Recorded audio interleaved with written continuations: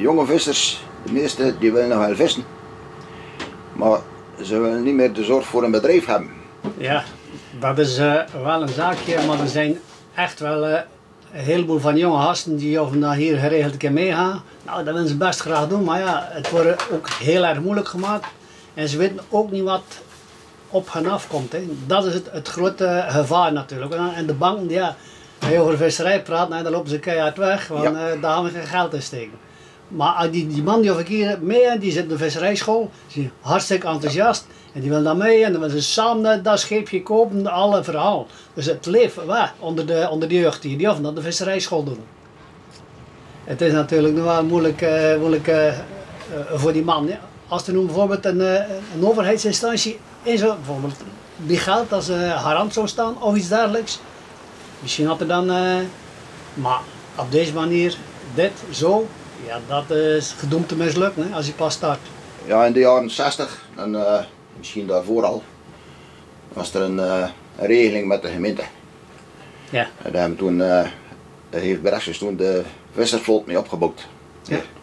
Het was een goede regeling, het was geen subsidie. Nee, stond. Het was gewoon, je leende geld van de bank. Maar de gemeente die stond garant voor dat bedrag. Inderdaad, ja. En dan was de bank safe natuurlijk. Ja. Ja. En het geld, de rente en aflossing werd afgehouden van de besomming. Hm. Dat is wel een mooie regeling, dat geeft fantastisch gewerkt. Ja. Nu niet meer. Nee, het is, ja, het kost allemaal te veel geld ook, daar had je misschien al zo over. Toen die eerste scheepjes, ik dacht dat die 80 of 90.000 gulden kosten. Ja.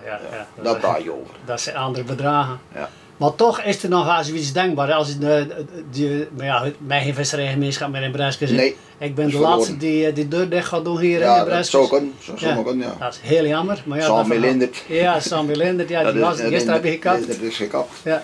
Dus ja. Maar ja, hier dat is ook niks meer. Er is geen opvolging. Dus geen vis mee. Heel jammer. Ja.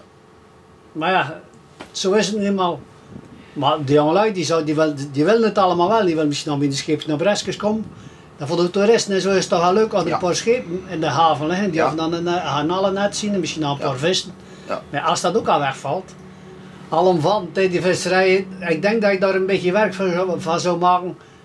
Ik zei, ik weet er zo 4 jonge gasten die of dat best een visserscheepje zouden willen runnen. Maar ja, dan moet je wel financieel, en er is poen genoeg over, hè, maar ze moeten wel een beetje garant voor je willen staan en op zijn minst al de kans geven. Maar zelf kan je dat niet rooien, hè. Bij deze toestanden van maar op je Ik zie alleen mogelijkheid voor een klein beetje visserij, kleinere scheepjes, dus een beetje ietsje groter dan je nog bij de sportvissers hebt. En dan een klein beetje garnalen aanvoeren of zo. Ja, moet toch een seizoensgebonden gebeuren zijn. Dat is dan ook in de zomer, het najaar, daar kan je misschien een paar garnaaltjes van. Juist. En ook samenwerking met de restaurants of zo, kan je daar misschien nog wat van maken. Ja, maar dan heb je nog wel iets van visserij in Breskes. Als je het zo laat gaan, dan is het zeg maar binnen 5 uur allemaal weg. Hè? Ben je het kwijt. Ja.